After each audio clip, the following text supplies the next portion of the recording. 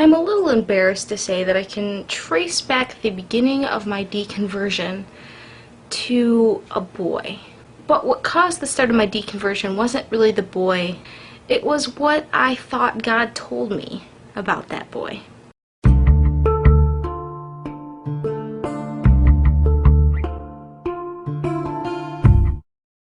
So I would go to God about things, big life decisions, problems I was having, anything. And I wouldn't expect an audible voice, but I expected God to sort of talk within me, because I believed that Jesus was living inside me, so therefore I could communicate with that being inside myself. And I remember I developed a crush on this guy, who I perceived to not be interested in me because he wasn't giving me any signals.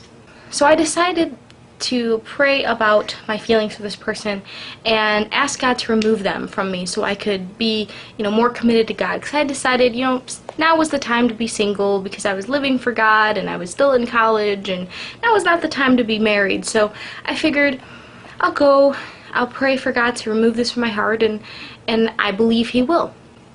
And when I prayed about it, I felt that God wanted me to go a different direction. In fact, I believed that God told me to not give up the crush because He was the one. And by the one, it was the one I was supposed to marry. I was stunned, really. But at the moment it happened, I believed 100% it was from God.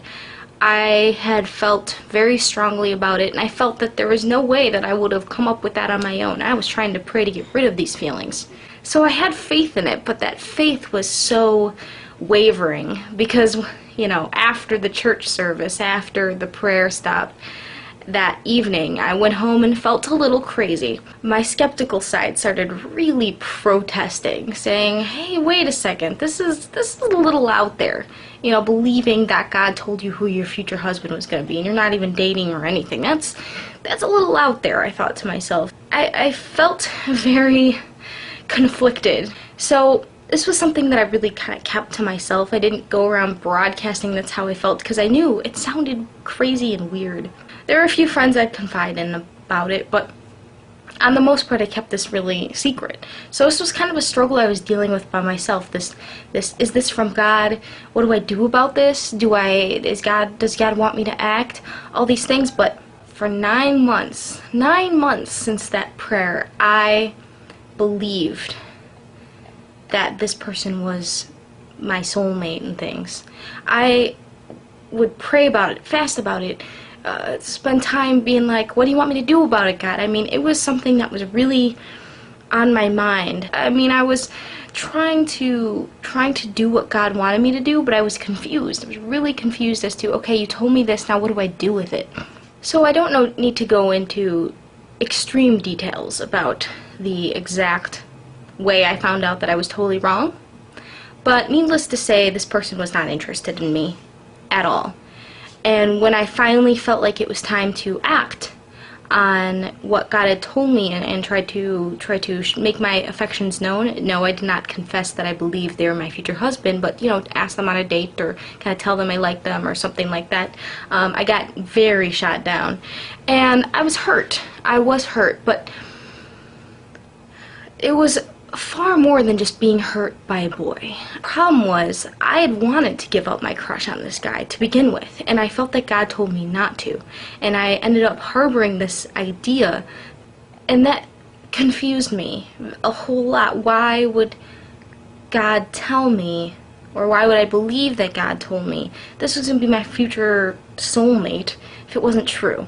So I started going through my options. Okay, God told me, but God was wrong. Well, that wasn't an option. God couldn't lie. It was outside of God's character to lie. Even if for some reason, like there was somebody I wasn't supposed to date during that time and I needed to believe something else, God couldn't lie. God could have told me just don't date anyone during this period or something like that. So the whole God could have lied about it, that doesn't work. So I figured, okay, God couldn't have lied. Well, maybe God did want us to be together, but this person was going to refuse. But I figured, okay, God is all-knowing, so that doesn't work. God would have known in advance that this person was going to refuse. And was he going to punish me? And he would have found someone who would have wanted me, and that would have been God's will. So that didn't work either. So I quickly knocked the possibility that God had actually told me this off the list. Okay, God's knocked off the list. What other options have we got here? Satan. Oh, that makes sense on surface level. Yeah, I could totally be Satan. Here was my problem, though. I prayed a lot of times during that 9 months of believing that I knew who my future soulmate was, that God revealed to me if I had been fooled by Satan. Give me some kind of sign what the difference between God and Satan was. And every time I prayed about it, I felt it was from God. I felt the same as how I felt when I felt like I heard something from God. I felt like, God told me something to do. It was the same feeling. So I thought to myself, okay, how do I tell the difference between God and Satan? If this was Satan, which it didn't feel like Satan, how would I be able to tell the difference? If Satan had so blatantly deceived me, how could I tell the difference? I thought I knew how to tell the difference, but apparently I was wrong, maybe. So I said, okay, it could have been Satan, but I better figure out how to tell the difference. Let's look at our other option. There's one other thing that it could have been. It was the thing that I didn't want to admit right away that it could have been, but as I thought about it, it made the most sense. What if it was me that said that to myself? What if it was me that had that belief and feeling, and I just interpreted it to be God? Now you might say, why would that be the last thing you would think of? Why would that be the worst thing you can think of? Well, here's the problem. If I could fool myself into believing that sort of thing, kind of manufacture that God feeling, that voice of God in my head, myself, how could I ever tell the difference between myself and God again? Sure, there were other spiritual experiences I could go on. I didn't question God's existence. I didn't question that I had felt God's presence, but I did question how many times I could have believed that God told me something when it was really just me. And it was so heartbreaking for me to realize that it was possible I could have fooled myself.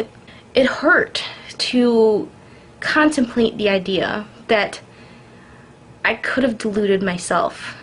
And it was a very humbling experience, which I thought was a positive thing. I tried to look at that as a positive thing, that I learned something, that I would be more cautious when it came to figuring out what God wanted from now on. And I was determined to figure out how to tell the difference between either God and Satan or God and myself. And I realized that was something I was going to need to fix, and I was going to need to figure out. And I was determined to do so.